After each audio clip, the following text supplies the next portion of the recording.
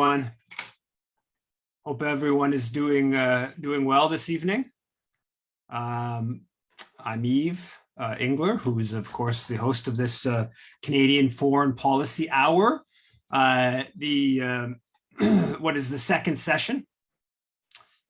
First of all, I'm speaking from Jojage, which has long been a meeting place of various First Nations, otherwise known as Montreal. Thanks everyone for coming out for this second session of what is going to be a regular discussion, critical discussion of Canadian foreign policy. And I hope to have an opportunity to do news roundup, to have various guests, special guests. We're lucky today to have Dimitri Lascaris, and also as a place for people to express their own opinions and criticisms and questions, and have somewhat, to the extent it's possible within Zoom, some debate on these important foreign policy issues. To begin with, in terms of some foreign policy things that have happened over the past week, there was one, I think, positive development. I don't know if people saw, but the New York Times had a major 15-page special kind of section on Haiti.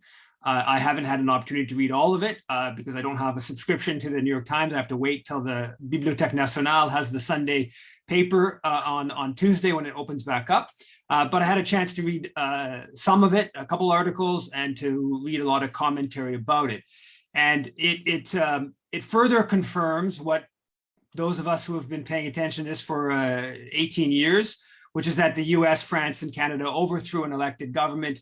They have a French ambassador basically admit that because Aristide, Jean-Bertrand Aristide, the ousted president, called for the restitution for the Haiti's debt of independence, where the slaves who had won their independence through uprising were forced to actually pay the slave masters for lost property. The lost property, of course, was the land and also the physical human beings that had emancipated themselves. And when Aristide, in the lead up to the 200-year anniversary of Haitian independence, called for the restitution, which he put at $21 billion, Haiti paid from 1825 to 1947. When he called for that restitution, the French government decided they were going to full-fledged join this campaign to overthrow the elected president. One of the things the New York Times pointed out is actually Aristide's $21 billion number is an underestimate. It could be as high as $115 billion that France should have to repay Haiti. And that's not reparations for slavery. That's just a debt that happened after independence, after the enslavement had finished. On the Haiti issue, so it's very important to break that into the corporate media and the historic record for what happened 18 years ago, where Canada is right at the heart of overthrowing elected government, has become increasingly solidified as a coup, and it's part of a broader admission of what happened. Unfortunately, that policy of the Canadian, French, US governments in Haiti in determining what goes on continues right up until today. Also this week, there was actually a protest at the Canadian Embassy in Port-au-Prince.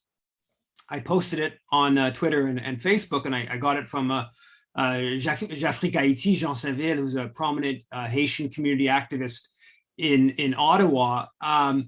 And again, people were in front of the Canadian Embassy, as they've been dozens of times before, criticizing the core group, which is the Canada, US, French, European Union, Brazil group that largely determines Haitian affairs, and criticizing imperialism. So again, this is a slightly lighter protest. They were banging on the doors. Previously, they've thrown Molotov cocktails into the Canadian Embassy. Overwhelmingly, these protests at the Canadian Embassy just get ignored, with the exception of the Molotov cocktail one 2 years ago. So Canadian policy in Haiti, unfortunately, continues as imperialistic, and hopefully this New York Times expose will help in breaking down some of the intellectual, ideological foundations that allow for the U.S., Canada, France to continue to intervene in Haitian affairs. Another more negative development was that the miners, 8 miners in Burkina Faso that have been underground for about a month at a Canadian Vancouver-run mine in Burkina Faso, the refugee chamber that was 570 meters below ground, unfortunately, it was uncovered, and no one was inside, which means that almost certainly the 8 men have died, though their bodies have yet to be recovered. And in looking at this question, it's really, as I mentioned last week, and it's been mentioned a few places, there's a real lack of coverage to this question of these 8 miners being stuck underground. The Canadian ambassador in Burkina Faso, she made her first reference to the miners after the refuge chamber was found, and it was a very coded reference to the sad day for Canadian mining. And she made this reference at a dinner organized by the CEO of a Canadian mining company in Burkina Faso to sort of laud Canada's role. So after a month, she finally made a sort of coded reference to these 8 miners, but it was at an event put on by mining executive, white mining, foreign mining executive, which I see as very insensitive to the hurt of those, obviously the families and loved ones of those who were lost, but very much reflective of Canadian policy in Burkina Faso. It's about advancing the interests of mining companies. The social impacts, the ecological impacts, be damned. What it's about is about profits for mining companies. And I'm just doing a piece about Canada and Burkina Faso, where the head of the Chamber of Mines in Burkina Faso is actually a former employee of Global Affairs Canada, who then was a trade commissioner.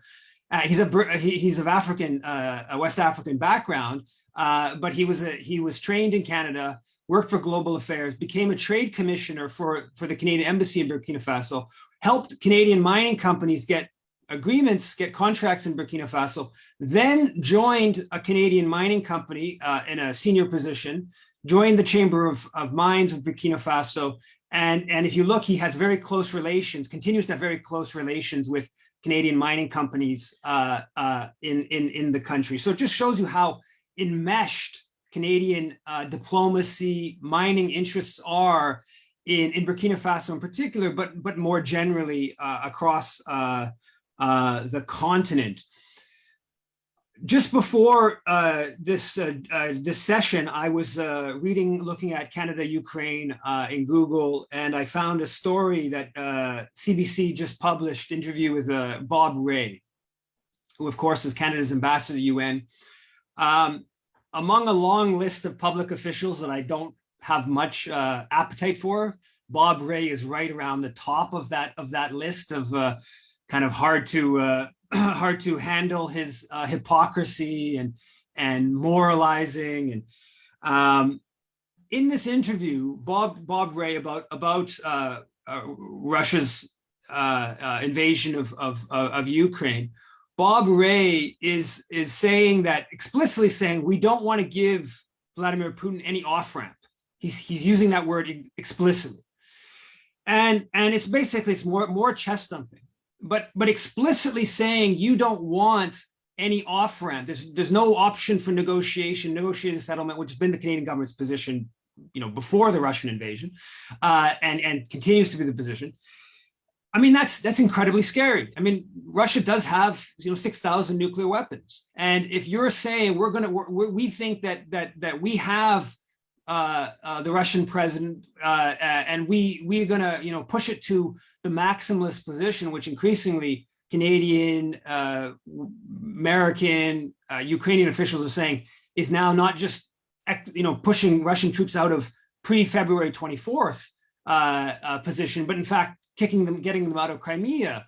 I mean, you're basically setting the stage for odds of a nuclear showdown of some sort at a level way higher than any reasonable person wants to even contemplate.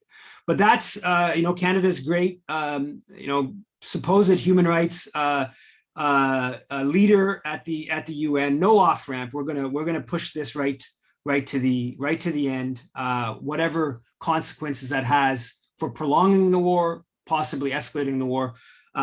Very troubling. And I think that on that note, we're gonna bring up the question of Ukraine with Dimitri, but I think I want to start off by asking Dimitri about this success that unfortunately, and if you're fighting Canadian foreign policy imperialism and you're involved in the struggle for Palestinian rights, unfortunately, victories aren't necessarily coming all the time. But we did have a small recent victory, and Dimitri is a major player alongside David Kattenberg in that battle over the question of the labels on wines produced in illegal Israeli settlements. So, Dimitri, first of all, thanks for coming on to this episode. Very, very happy that you're here. But could you just sort of lay out the broad outlines of the case and the recent decision? Sure, and thank you very much for having me on, Yves. It's a privilege to be here, and I'm quite happy to learn that you have launched this program. I think that your voice in Canadian foreign policy matters is absolutely indispensable in any way we can get you your perspectives out to the Canadian public, something I fully and enthusiastically support.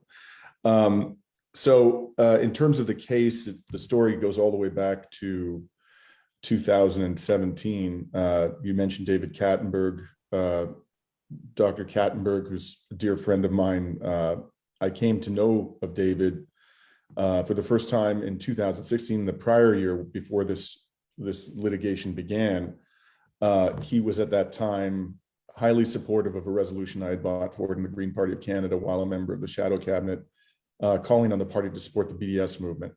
And I got to know him, and he, behind the scenes, was helping me to craft a resolution that ultimately received very broad-based support from the party's members.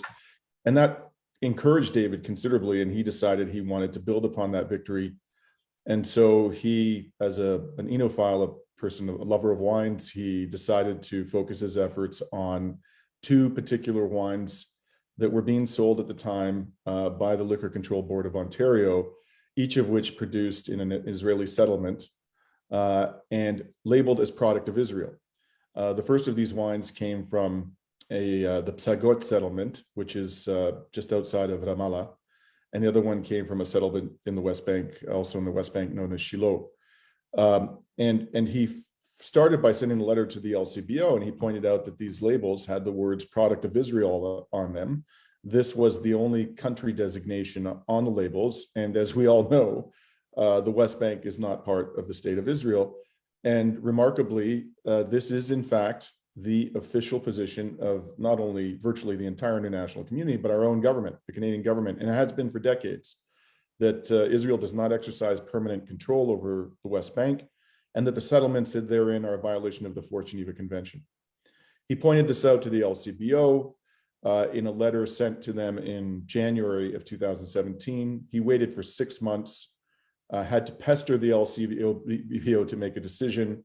Behind the scenes, unbeknownst to him at the time, dozens of officials within the Canadian Food Inspection Agency, which has jurisdiction across the country over the labeling on food products, were being consulted, as was Global Affairs Canada, including people in the trade division of Global Affairs Canada who knew something about the Canada-Israel Free Trade Agreement.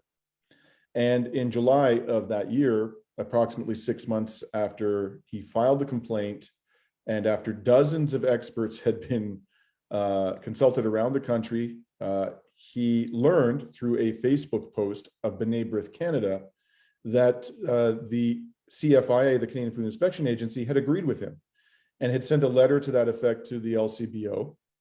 And the LCBO, in turn, had sent a letter to wine vendors in Ontario instructing them to remove these two wines from their shelves because the labels were false. within, and by the way, Dr. Kattenberg only learned of this at that particular time through the Facebook post of B'nai B'rith. He had not himself been advised of it. To this very day, we don't know how B'nai B'rith found out about it first, but they did. When this came to its attention, to the attention of the Israeli government, in particular, the ambassador in Ottawa, and to the attention of the Center for Israel and Jewish Affairs, and two liberal MPs who, at least at the time, both of them were liberal MPs who are highly supportive of Israel, namely Michael Levitt and Anthony Housefather. There was an intense campaign launched to pressure the CFIA into reversing itself. And that's precisely what it did within the space of 24 hours. After taking 6 months and consulting dozens of experts around the country. And it did so even though, as soon as we learned of the Facebook post, this was when I became involved, David called me and said, Dimitri, they're trying to pressure the LCBO and the CFIA into reversing itself. And we sent a long letter. I literally within hours drafted a letter to the head of the CFIA at the time, Paul Glover, and warned him that if they reversed themselves, we were going to commence litigation. And they did it anyways. And the excuse that they gave was that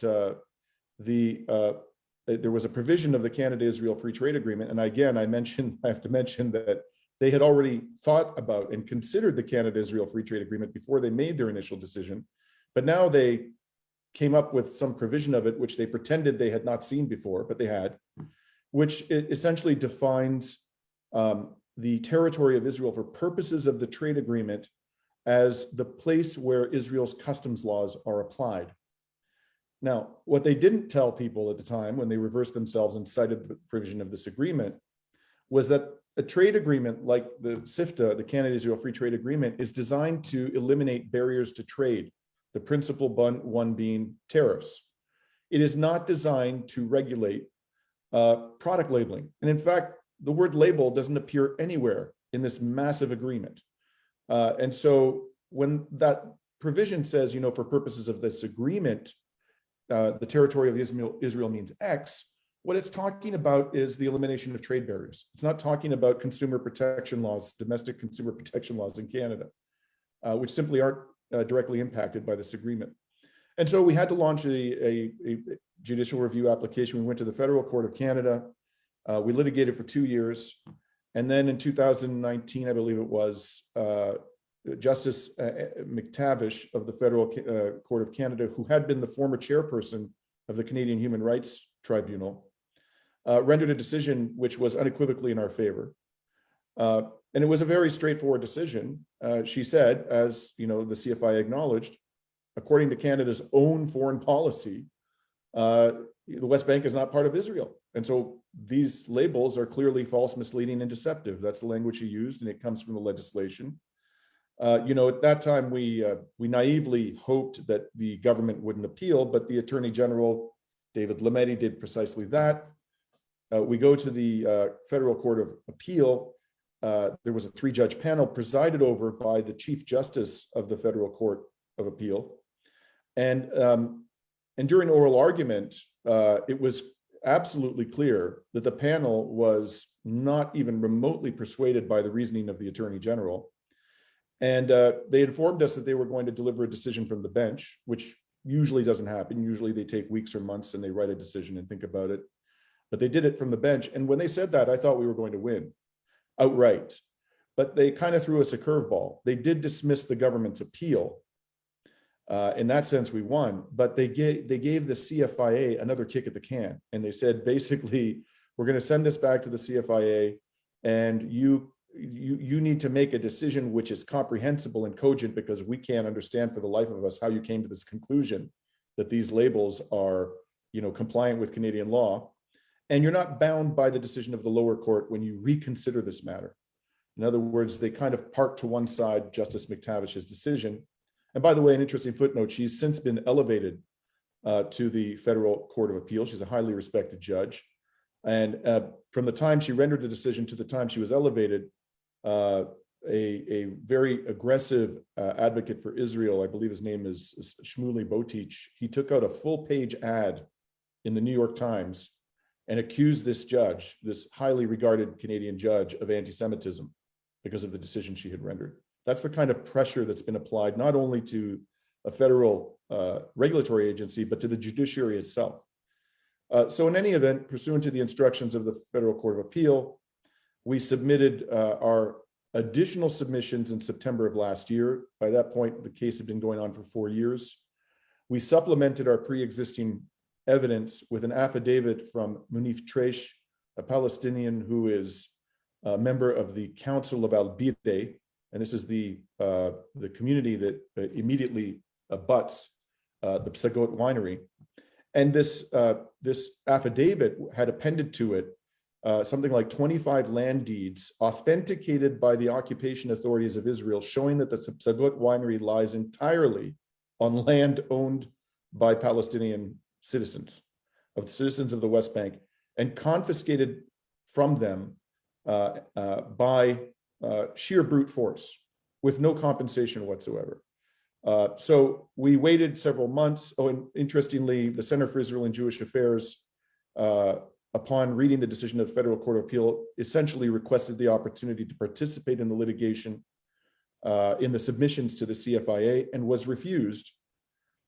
In fact, no advocacy group was allowed, neither that organization nor Independent Jewish Voices was allowed to participate at this stage of the proceeding. And CJO was so determined to participate that they actually commenced a mini litigation. They brought a claim in the Federal Court of Canada seeking an order of a court to allow them to participate before the CFIA. And that was rejected. Interestingly, the Attorney General opposed CJO's participation before the CFIA last year, and successfully so. And then 2 weeks ago, I think it was, we finally got the decision of the CFIA. And the CFIA has reversed itself yet again.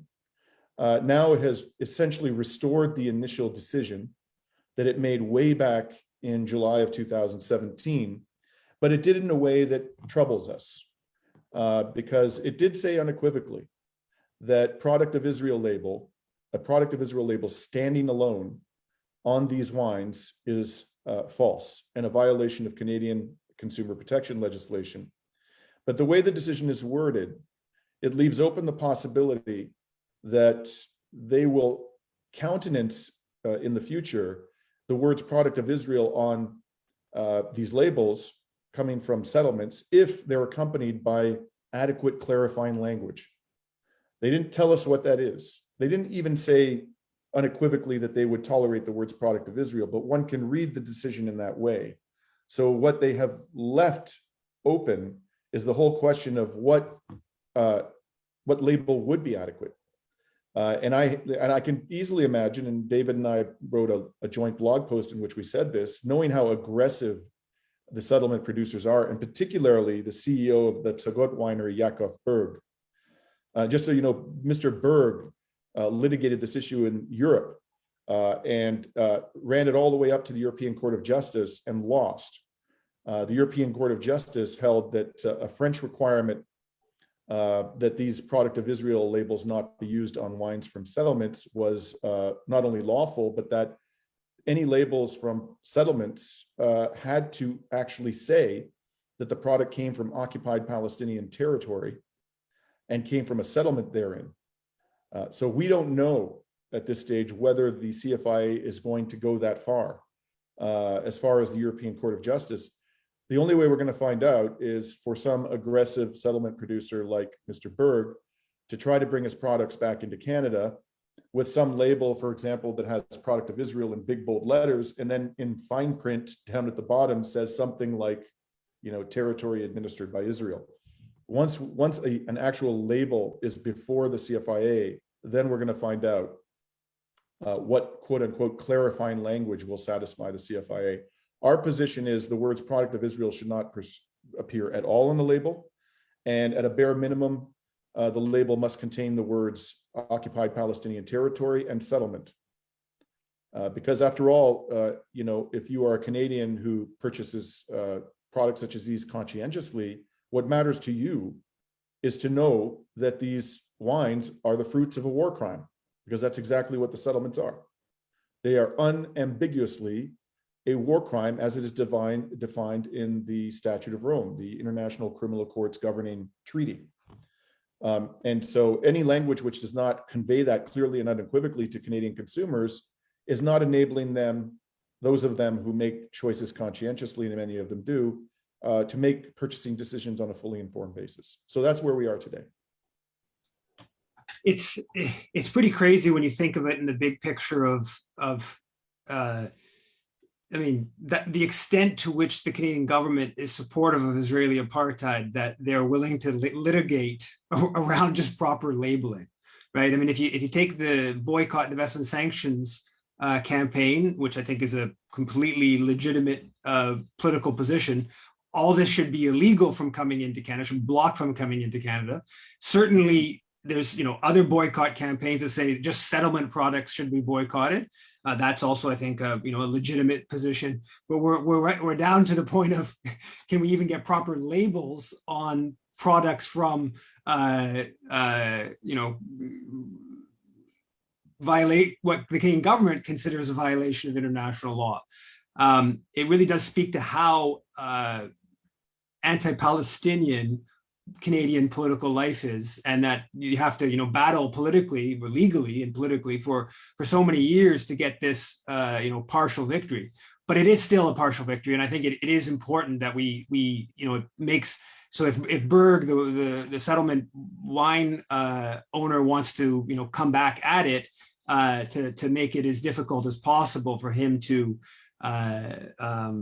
do so.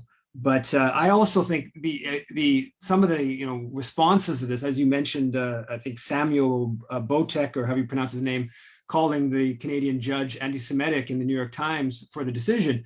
But I saw Avi Ben Lolo, the former head of Friends of Simon Wiesenthal Center, actually says that this decision violates the IHRA anti-Semitism definition in his post that he made. So it's like all of just again proper labeling of wines is to be smeared and condemned. But yeah, nonetheless, I'm sorry to interrupt. I just have to say this. The decision. Yeah, you could argue the decision is racist. It's racist because it effectively endorses an apartheid regime. It allows these products into the country, and arguably with some grossly inadequate label, which indicates or misleads people into thinking that it comes from the state of Israel. The racism is being directed not at the Jewish people, as David Kattenberg, who is himself Jewish, will be the first person to say, is being directed at Palestinians. And just to show you, Yves, how crazy the government is when it comes to defending this apartheid project, they took the position in this litigation. I was just beside myself. They took the position that Canadian consumer protection legislation was not intended to protect protect any decisions of conscience, any. And so when we were before Justice McTavish, I said to her, let's just think about the implications of what the Attorney General was telling you. Imagine you're not a supporter of Palestinian human rights. Imagine you're an animal rights activist, and there's a label which on a food product which is not harmful to you, but it tells you that the animals, or the animals from whom the product was produced, were raised and killed in a humane way. And it turns out that they were treated brutally in a way that would shock the conscience. The Attorney General's argument is that you, as a consumer, you've been lied to about the way these animals were treated. You have no recourse under the law. Or if you're told that the product was made locally and you're concerned about the emissions produced in the supply chain or in the production chain, and in fact, it was produced halfway around the world and transported to Canada in a way that's highly polluting. So this is not harmful to your health, at least not directly. It's a matter of conscience for you. You have no remedy, according to David Lametti, under the law. And so what David Kattenberg did, is so important. Like this, the implications of this go way beyond this particular case. Whatever you may or may not think about the outcome in this case, the court has now said unequivocally that in fact, Canadian consumer protection law is intended to protect decisions of conscience. So it's not just Palestinian solidarity activists who will benefit from this case. It is anybody whose conscience is affected by a misleading label. And I think for that alone, David is, he's a hero, and he deserves our tremendous respect and gratitude for having done this. It will have beneficial impacts for, the conduct of consumers across the country for many years to come.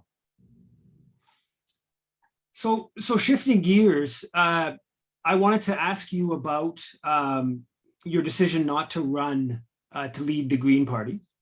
And I know there's different elements to that, why you made the decision. I guess maybe just start off with, so yeah, what's the quick rundown on why you decided not to run? Well, there are three reasons, as I've articulated in my announcement. And it was a very, very difficult announcement. To be honest with you, I'd actually decided to run about 3 months ago.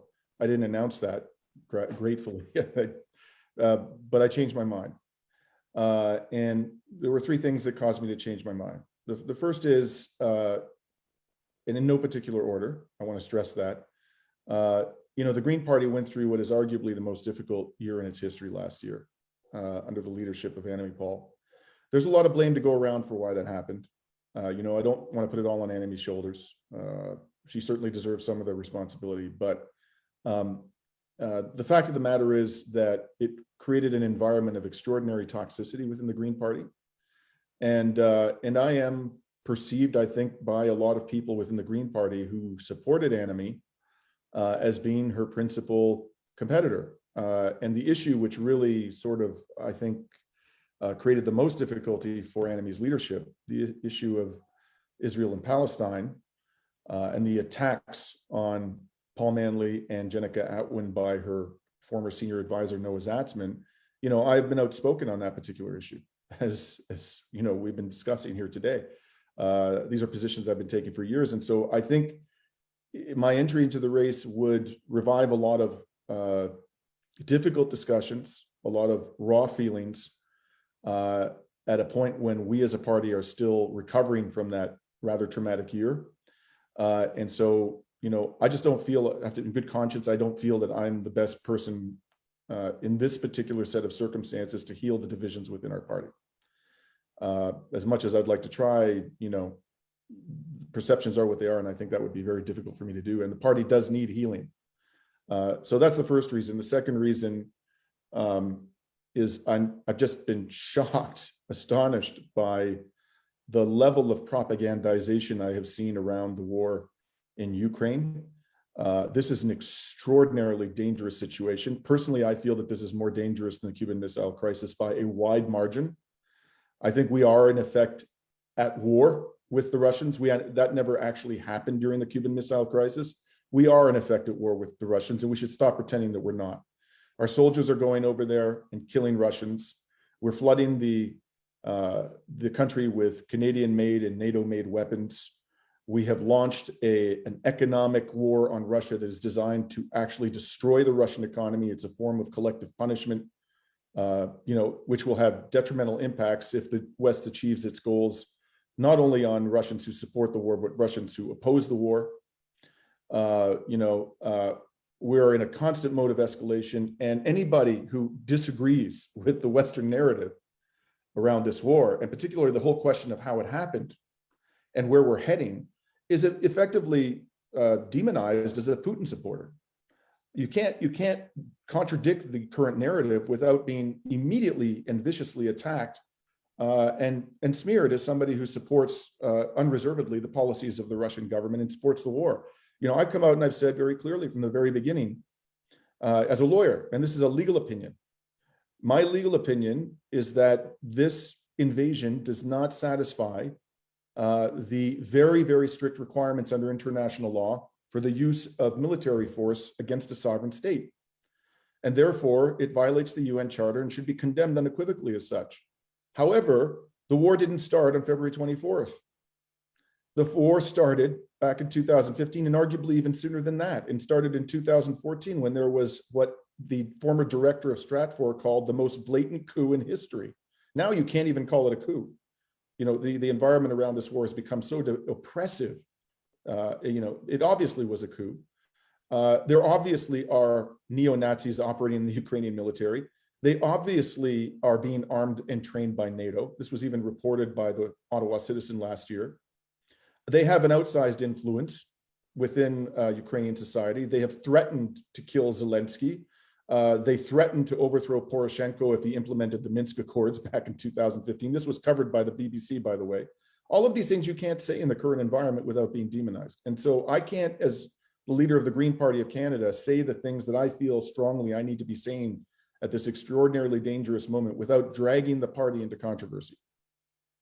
And I just don't feel in good conscience that I can say what needs to be said without subjecting the Green Party of Canada to more extraordinarily negative media coverage, even worse than potentially what it saw last year. And it was very bad last year.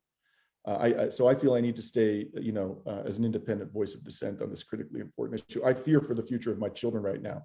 I was fearful before because of the climate crisis. Now I'm even more fearful because of the threat of nuclear war. And finally, the third reason, Yves, is the presence of Elizabeth May. Elizabeth, I think it can no longer be rationally denied that Elizabeth interfered in the last leadership contest. And I say that because Elizabeth admitted that, everyone could see that Annamie Paul was her first choice. She had admitted this in the Toronto Star op-ed, where she, concluded her admission with the words mea culpa. And she interfered after going on national television in late 2019, shortly after she resigned, and declaring in solemn tones that she must remain completely neutral. Those were her words. And I have received many indications over the last several months that Elizabeth, if I were to enter the race, would be even more aggressive in trying to undermine my candidacy. And I can't even stomach the thought of just, conducting a campaign. It's a very difficult matter in such a situation where I'm forced to be in open warfare with the former leader. And if I were to win despite her opposition, I'd be very blunt. I think she would be determined to undermine my leadership, and it would get worse. I don't purport to be anywhere close to the politician that Jeremy Corbyn is, but I did learn a thing or two by watching what happened to Jeremy Corbyn, and I have no interest in having that happen to me.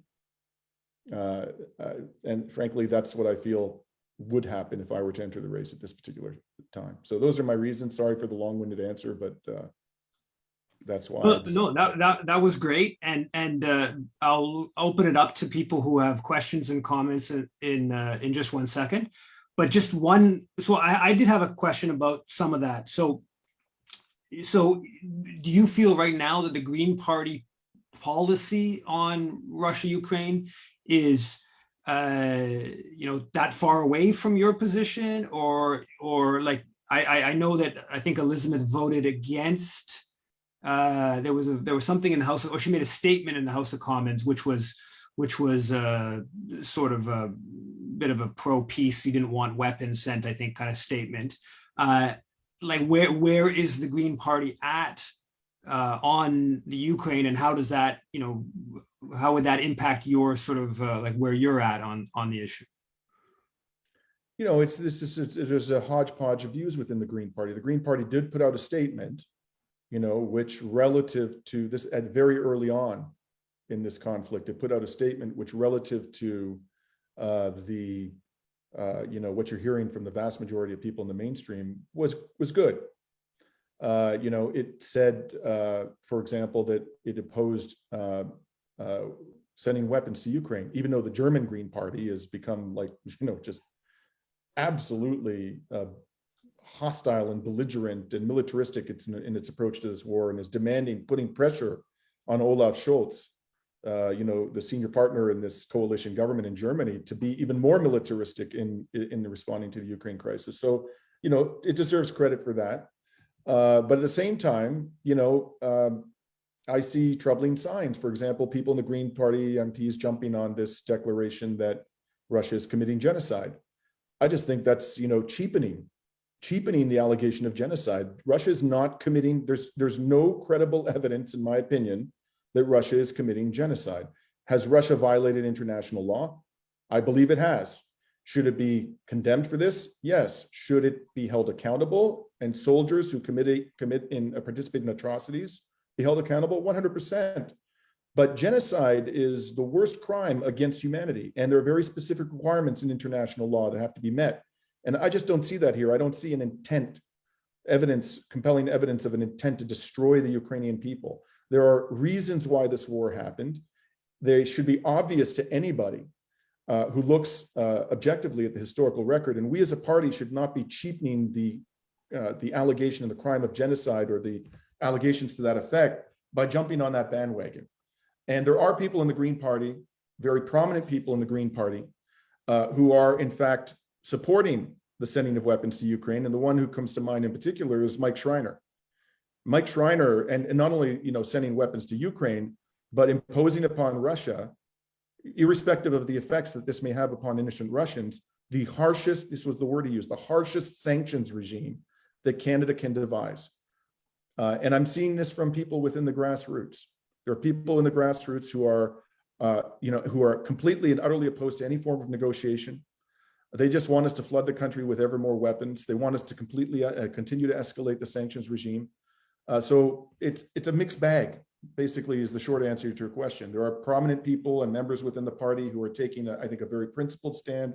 And there are people who have, I think, been completely co-opted by the propagandistic narrative of NATO as to why this war has happened, what's going on the ground, and where we're heading with all of this escalation.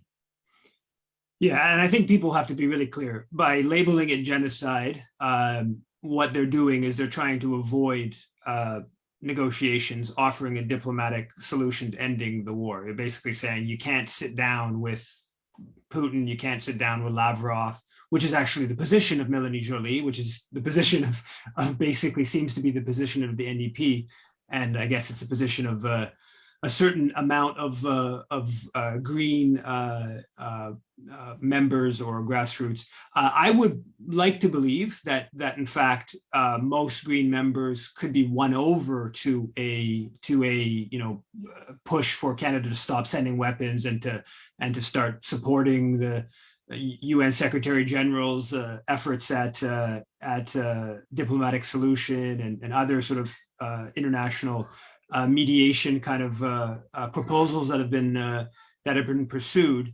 But I think it's undoubtedly the case that if you were to become the leader of the party and push those positions, or even before you became leader of the party during the leadership race, that the media would have a field day with attacking you and or anyone else for that matter who was pushing that position. Probably even if the Ukraine if Russia's invasion of Ukraine hadn't happened, if you were to run for the leadership of the Green Party, you were probably going to be under quite a bit of media scrutiny and attack, particularly around Palestine and that question.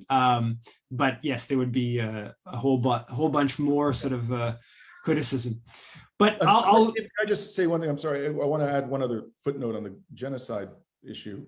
When Putin launched this invasion, he said that one of the reasons why he was doing that was because the Ukrainian government was committing or on the verge of committing a genocide in the Donbass. And when I issued my statement 2 days after the invasion was launched about the illegality of the war, I categorically rejected that allegation, even though 14,000 people have been killed in the conflict in the civil war in the Donbass. And over the last several years, according to international authorities, over 80% of the civilian victims have been on the Russian side or the pro-Russian side of the contact line.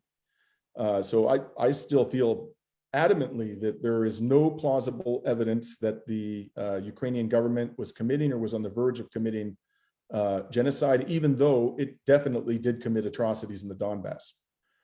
So again, this is not taking sides in the conflict. This is applying what I regard as a diligent and careful legal analysis to the situation that is informed by an understanding of what genocide means in international law.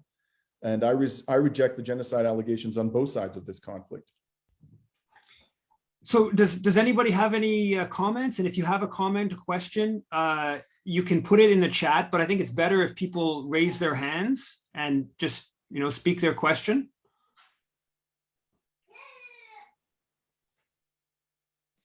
Go ahead, Naid. Hi, this is the first, excuse me, this is the first time, Dimitri, I hear you. It's really been an honor to listen to you. It's really inspiring. there are so many people from parties or even intellectuals that their views is quite disappointing. But what you're saying tonight absolutely makes sense, is logical, is respectful. So I really wish you all the success. Thank you. And anything we can do to support you. Just last week, there was a little conversation about Putin and Russia, which somehow came around to me sounded a bit too negative. Then, and just coincidentally, a couple of nights ago, I was watching Oliver Stone's interview. It's a long interview, an hour and a half. And as you know, he's quite a respected artist, filmmaker. And he explains a lot of things about understanding where Putin comes from, what actually the Ukrainian issues and the conflict, and he is obviously an American, and he could not say enough about the belligerent behavior or the foreign policy of the U.S. and American. And ironically, even this morning, there was something around Biden being in Taiwan and also making comments that would anger China. So I think, as Dimitri said, it is a very scary time. I never thought that Biden will become, I mean, yes, his track record is obviously not glorious, but to the point that actually then one says at least Trump wasn't taking the whole world into war. So anyway, thank you. Thank you for your wonderfully kind remarks. And I'm glad you raised the subject of Taiwan. This really has to be said. It's so important. It's like the big picture is almost completely absent from the public discussion about this war. What is really going on, and tragically for the Ukrainian people, they are on the front line of a world historical conflict between the East and the West. On the one side, you have Russia and China, who have said quite clearly, they issued an extraordinary statement several months ago, just before the invasion was launched, that they have had enough of the rules-based international order. They understand that it's a fraud. They now insist that we respect the sovereignty of all states, including in particular their states, and they want to see a multipolar world in which conflicts, disagreements are resolved by mutual respect and negotiation. And on the other side, you have the United States, which since the fall of the Soviet Union has had the extraordinary privilege of being the global hegemon, with the support of what I call its vassal allies in Europe, Canada, and Australia, New Zealand. And what we're seeing, what is playing out before us, is a clash between two competing visions of what kind of world we're going to live in. Is it going to be multipolar or is it going to be unipolar? And we should be having this discussion. And the next target, you talked about Taiwan. Let's be very clear. Anybody who's sensible and objective and who looks at statements coming from the US government, the goal here is to isolate China. And the first step in that process, or at least one of the major steps in that process from the perspective of US imperialists, is to effect regime change in Russia and to have a sort of Yeltsin-like regime there, that drunken buffoon who it just caused incalculable suffering to his own people during the 90s. That's the kind of leader they want to have in place in Russia, so then they can turn their attention to China. And what is Biden doing at this very moment? He's militarizing the conflict between Taiwan and mainland China. And we could very easily find ourselves embroiled in a war in the South China Sea, which is potentially even more devastating than what we're seeing within Ukraine at some point during the next several months. That's how dangerous this moment is. And that's what's really going on behind the scenes. And almost nobody in the mainstream media is talking about this. Gail, Do you want to ask your question or comment? Yes. Firstly, Dimitri, I'm thrilled that you're not running, and only because I know all of the problems that you went through, and it was a pleasure for me to help you to some degree disentangle the mess that Annemie Paul left in her wake. And I think that you will better serve yourself and other people if you function independently, or with some other group that will support your efforts. So I think you made a wise decision. That said, I also agree with everything that you're saying about the US hegemon and how Canada follows like the little brother following from behind. But that said, I'd like to know that, if you were leader, if you were prime minister, how would you approach Putin at this juncture?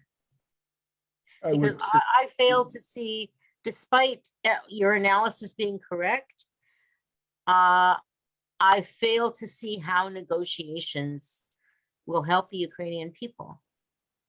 Well, Gail, if you're not prepared to make, not you personally, but if the West isn't prepared to make real concessions to Russia, then of course the negotiations are going to fail.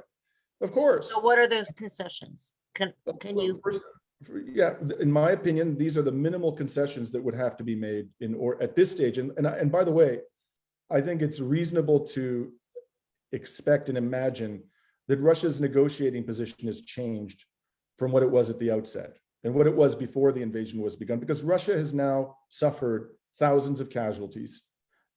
Thousands of its soldiers are dead. Tens of thousands are probably wounded.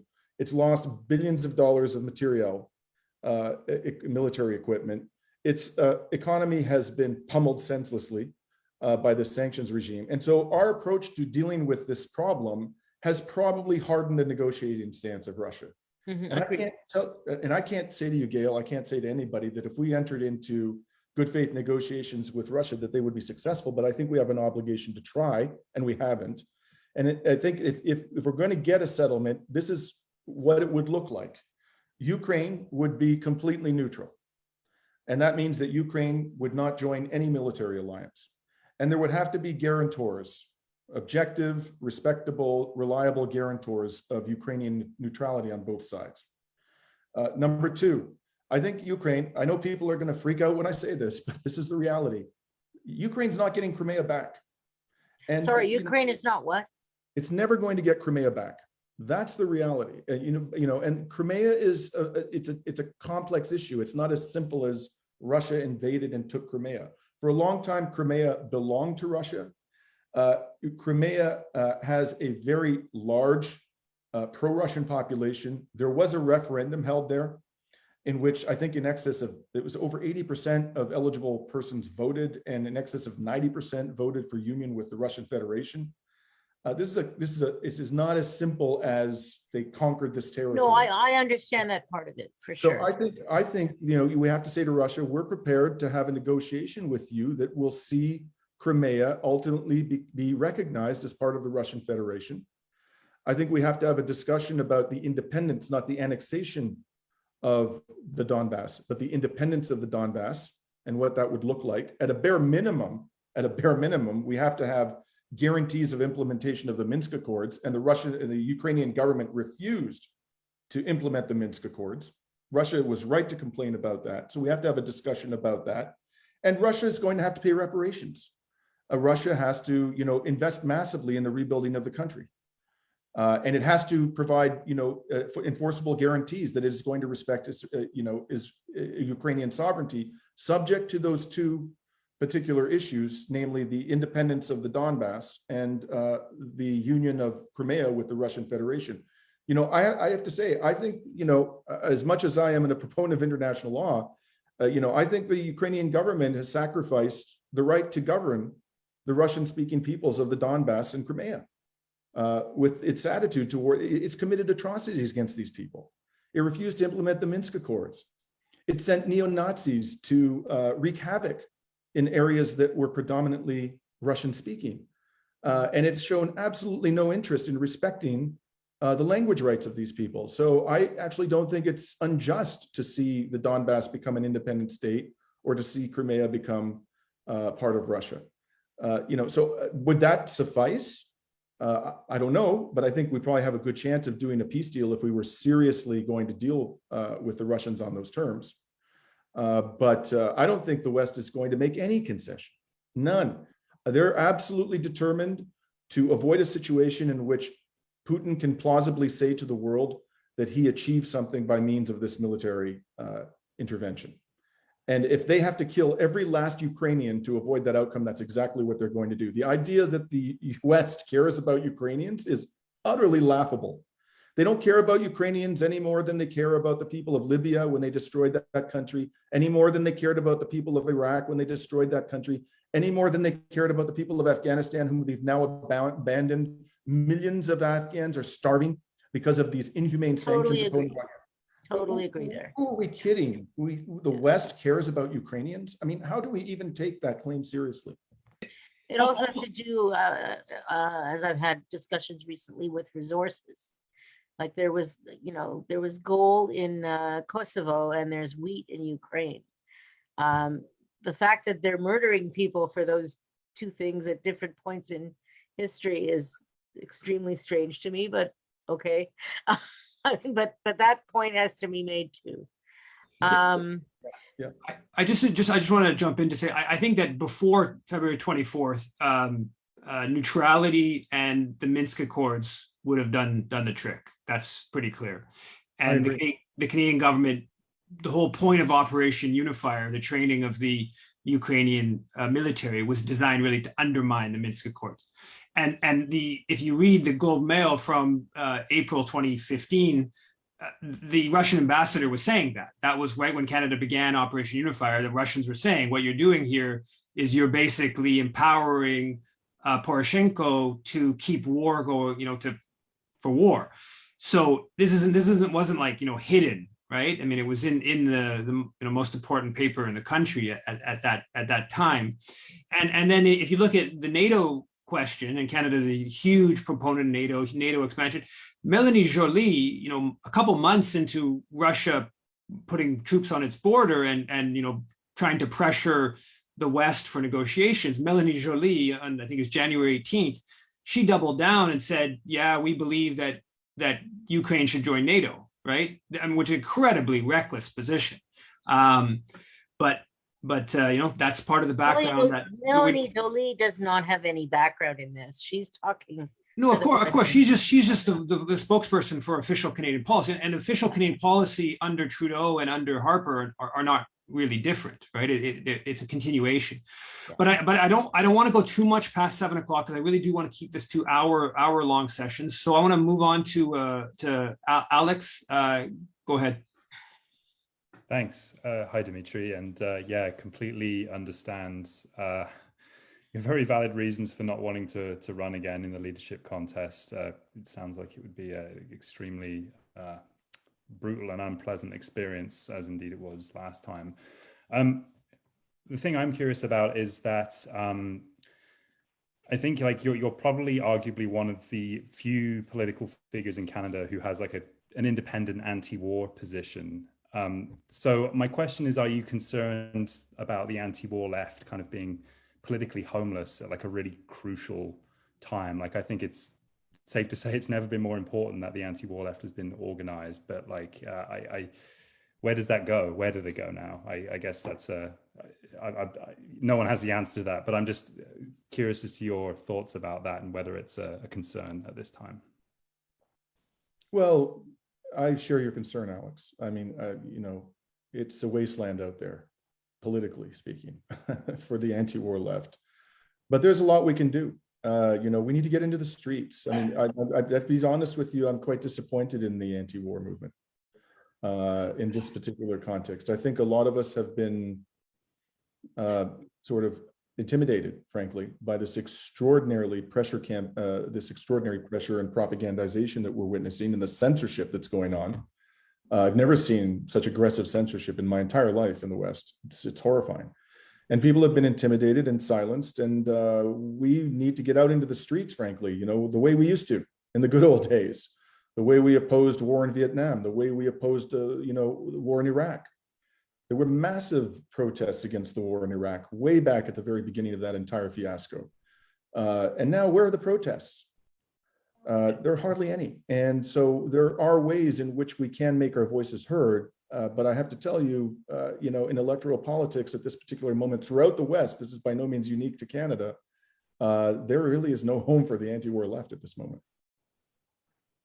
I'd like to, meant to bring this up earlier, kind of dial in on that. And I say this as someone who doesn't want to run as the leader of the Green Party or any other political position. But I think maybe part of what the question Alex was getting at was, could you turn the Green Party into that home? So yes, right now there's a certain amount of the Green Party grassroots that are going along with the NATO line on the war with Russia. Yes, it's this very jingoistic kind of moment, but could you running as for that position, could that sort of galvanize these? I think we are a lot more than we're getting put in the dominant media, right? I don't think right now, 10% of Canadians or 20, I don't know what the number, we're not 20% of the population that understands what's going on, but there are definitely tens, probably hundreds of thousands of Canadians that understand that Canada's ratcheting up tensions, that Canada's doing everything that it shouldn't be doing in terms of prolonging, escalating this conflict. And I understand completely why at a personal level you wouldn't want to take the huge media backlash, but the backlash can be beautiful, right? I mean, the backlash does offer opportunity, right? So the corporate media can attack, but then that puts out the fact that there are people who are saying Canada contributed to leading to precipitating this war with Russia, et cetera, et cetera. So what I guess my question would be, one is that you don't think you could win taking a anti-war position, and then if you thought you could win by taking the anti-war position, would that not be potentially a stepping stone for sort of galvanizing the whole sort of anti-war kind of mobilization? Look, I'm going to be candid with you. I don't want to. I really don't want to cause people to become dispirited, but there are some methods of activism that work and some that don't in the current environment. And I think electoral politics is a wasteland. I don't think I'm half the politician that Jeremy Corbyn is. And look what happened to him. Jeremy Corbyn built the largest political party in Europe. There was a massive upswelling of support. But the forces arrayed against him in the United Kingdom were absolutely devastating. And look, he's not even a member of the Labour Party caucus anymore. That's how effective they were in destroying Jeremy Corbyn. And as I said, I have nowhere close the kind of stature that he has, or the political ability that he has, the record that he has of electoral politics. So it would be extremely difficult for me to do that. Even if you look at polls in this country with respect to the Ukraine war. And I think that this is due to the fact that there is just an incredibly intense amount of propagandization going on right now. There's tremendous support for the escalation of the war in Canada. There's a huge amount of support for the flooding of the country with more military weaponry.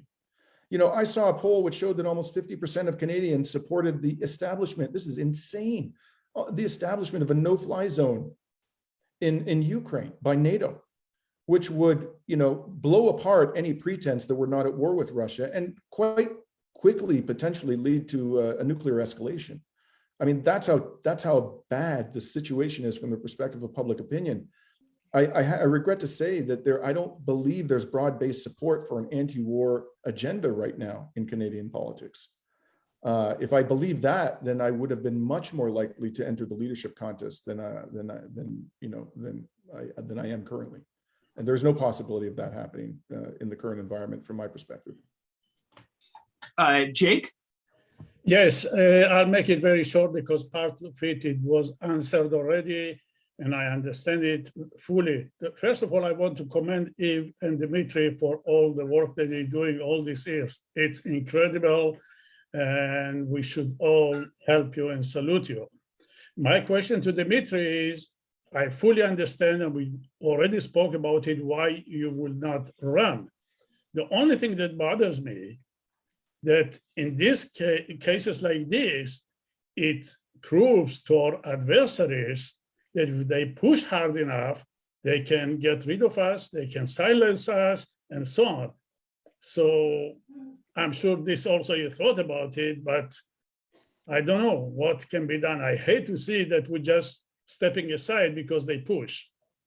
Thank you. Well, you know, Jake, I'm not, Gail just wrote in the chat, you know, something I completely agree with. Anti-war requires education. I'm not going anywhere. You know, I'm going to be as outspoken as I can be about this war. And I think I'll be in a position to be even more outspoken, even more direct and honest about what is happening in Ukraine, what is happening more broadly geopolitically at this particular moment in human history, than I would be able to be as leader of the Green Party. So, you know, there are many ways in which we can put our talents to use. I am not departing the scene. In fact, I think that I'll be in a position now to be even more assertive in trying to educate people, as Gail says, about the realities of militarism and the necessity of an anti-war movement. I just don't think that, for me personally, the best way I can contribute right now is electoral politics. Thank you. So on that note, I mean, I certainly agree with that point as a general point, and I think that the most of where we're at in terms of challenging Canadian foreign policy, demilitarizing this country, we need activists of all sorts. I want to point out that next week in Ottawa, there is a counter protest to the CANSEC, Canada's biggest arms fair. There is an actual effort at 7 a.m. on June 1st to try to disrupt the beginning of that arms fair. And then there's another follow-up demonstration downtown Ottawa. The actual convention is, I think, somewhere on the outskirts of the city. And then there's a demonstration the next day downtown, a march. So anyone who's in Ottawa or nearby, I really invite people to attend. There's also a series of online events. I put a link, the World Beyond War resource page around the CANSEC mobilization. So I know there are many groups have been organizing for quite a while on the issue. There's a big International League of People Struggles conference taking place in Ottawa. I'll be speaking at that. So there's somewhat of a mobilization, a rallying together of anti-war forces, and you know, obviously people who aren't in the Ottawa area, it's going to be difficult. But there is some online stuff that people should make sure to check out. And again, yeah, just before concluding, I really want to thank Dimitri for coming on. It's very late. He's in Greece very late at night. So thanks a lot for staying up a bit late to give that rundown. But I think this was a really important discussion to have. Both the wine labeling is a very big issue, and you know, maybe not the full victory we would have wanted, but a partial victory that's important to be aware of. And also, I think the question of you not running for the Green Party leadership is something that has consequences on, for better or for worse, on the direction of some of the anti-war, anti-imperialist movement in this country. So I think it's something that we definitely needed to discuss. So I thank you, Dimitri, for coming on. And I thank everyone for participating. And they will be, put this on YouTube. I'll send it out. And yeah, next week, if people have any ideas for future sessions, topics, people to interview or to have a discussion with, please do send me an email. And again, thanks everyone. Have a good night.